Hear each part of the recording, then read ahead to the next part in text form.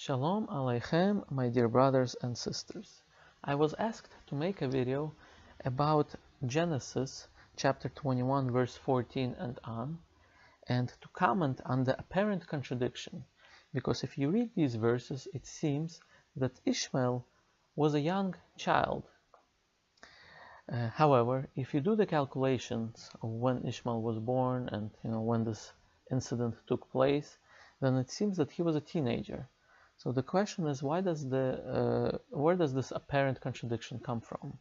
So this, just to give you a little bit of context, these verses are talking about the time when Abraham drove out Ishmael and his mother, sent them away.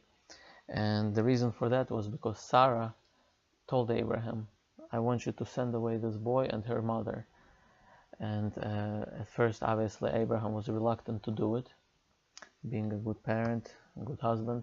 But then God told him to listen to the voice of his wife in this case, and to go ahead and send both of them away, which he did. And so what I'm going to do is I'm going to start reading the verses and hopefully comment in the middle. And I'm using a Jewish translation. This is a Torah which has both Hebrew and English, and it's been translated by Rabbi Aryeh Kaplan.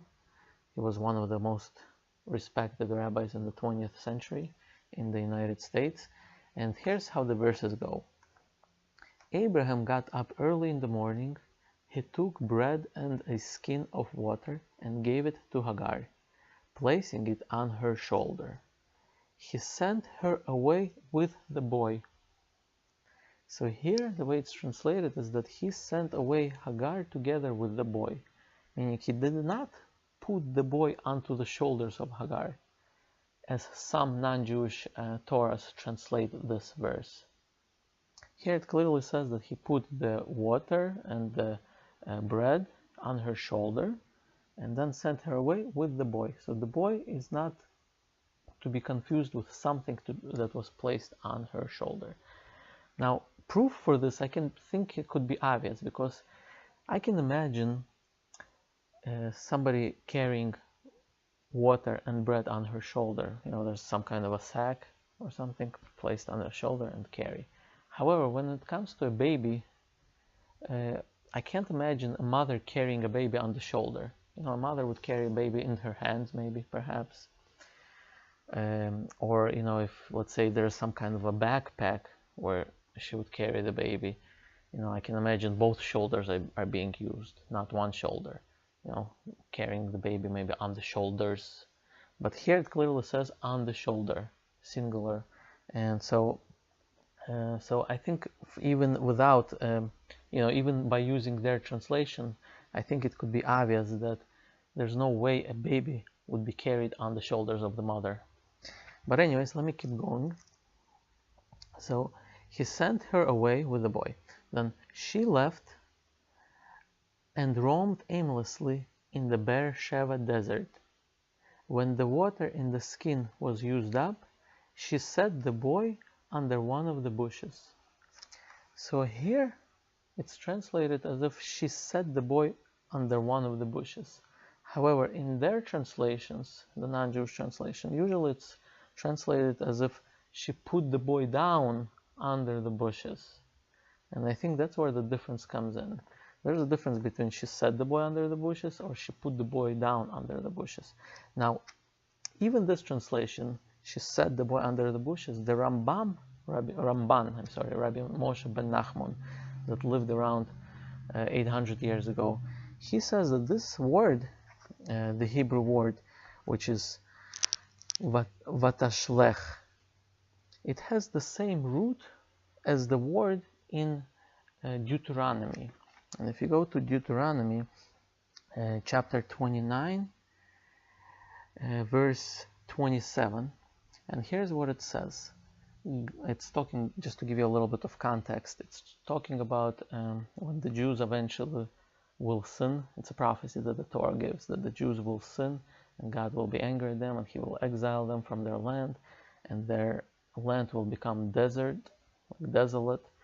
nothing will grow on it, and then people from all over the world will come and they will be surprised when they see this land, and they will be surprised, what has happened to this land? It was such a nice land before, but now it's desert.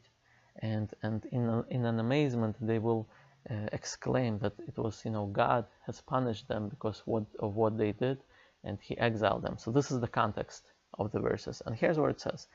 God drove them from their land with anger, rage, and great fury, and he exiled them to another land, where they remain even today. So this word, he exiled them to another land, in Hebrew, it's actually the same root word as that word where it says that she sat down, the boy under the bushes. So clearly from this verse, it doesn't literally mean that God put the Jewish people up, picked them up, and put them in another place. It means that he sent them away, or exiled them, or abandoned them in another land. So same thing with Hagar. She, as a mother, he was a teenage boy. She couldn't stand to watch how her son is gonna die because of thirst. The water ran out. So she set the boy under the tree or under the bush.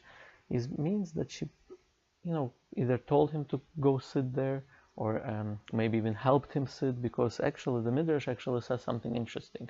We have a Midrash called Targum Yonatan, which was, as I mentioned before, part of oral Torah, which was passed down from Moses, and orally from generation to generation. And this Midrash includes some of the details that are not written in the Torah. And this Midrash was, even though it was passed down orally, eventually was written down. It was written down about 2,000 years ago. And anyways, the Midrash says that Ishmael was very sick.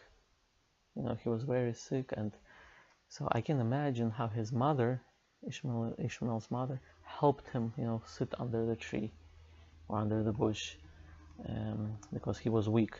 And in fact, she maybe even supported him when he was walking, and therefore it actually would make more sense if when he was walking, he was holding her on her shoulder. And therefore, in a way, even the other translations of the previous verses, where the way they translate it is that Abraham put the boy on her shoulder, even though according to those, which I think are wrong translations, you can imagine that maybe what it meant is that he basically, had the boy grab onto the shoulder of his mother to help him walk along with her. So anyways, let me continue, because there's one more verse that needs to be discussed. And then basically the Torah tells us that angel appeared to Hagar, and he started speaking to her, and he said to Hagar, don't worry, everything's gonna be okay. Your son is gonna be a great nation, and there's nothing to worry about. And then it says that God has heard. This is verse 17, by the way. God has heard the boy's voice there where he is. Go and lift up the boy. Keep your hand strong on him, for I will make him a great nation. So where it says go and lift up the boy, one can think, if he's a teenage boy, why does he need lifting up? So this is where the Midrash actually explains that he was very sick. He needed help walking and getting up. And so the mother, being a good mother, obviously she helped her son. So I hope this explains the Jewish narrative of these verses. And this is actually one of the most touching stories, I would say, in the Torah, one of the most. And how Abraham, peace be upon him, was put to this test by God himself to send away his wife and son, and how the wife and the son went, and Hagar was a very righteous woman, peace be upon her. And Ishmael, even though as a child he did a few mistakes according to, the Jewish tradition, which I don't want to comment, but he died as a righteous man, peace be upon him. And this is a very touching story of, the test they've been put through. And by the way, one more thing I wanted to mention is that the Midrash, again, part of what we call the oral Torah that was written down eventually, maybe like 2,000 years ago, mentions that eventually when, Hagar and Ishmael, they settled in a place called Paran. And there came a time where Abraham decided to visit his son Ishmael. And he came to Ishmael's house, and Ishmael was not home, he was hunting. And Abraham asked the wife, is Ishmael around? And she said, no, Ishmael went hunting. And Abraham told the wife, when Ishmael comes back, please tell him that his doorsteps are broken. And left. So Ishmael comes back home, and the wife tells, there was an old man from Canaan, the land of Canaan, and he said that your steps are broken.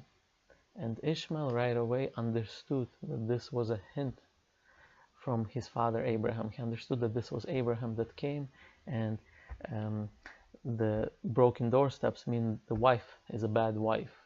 And therefore Ishmael divorced his wife. And then he got himself another wife. And the reason, by the way, Abraham said that because she didn't show hospitality to the old man. She just said, no, Ishmael is not home, and that's it. But later on, when Ishmael got remarried to a different woman, again, Abraham came to the land called Paran. And again, the wife opened the door, and Abraham said, is Ishmael home? And the wife said, no, he's out hunting. But please, have some bread, water. And she, made hospitality towards this old man, Abraham. She didn't know who he was, but she was hospitable to him. And before Abraham left, he said, please tell Ishmael that his doorsteps are, good now. And he left. And so when Ishmael came back, he understood that the father has now approved of this new wife of his. And so we can see clearly from here that, Ishmael was a righteous man at that time at least. Thank you for watching.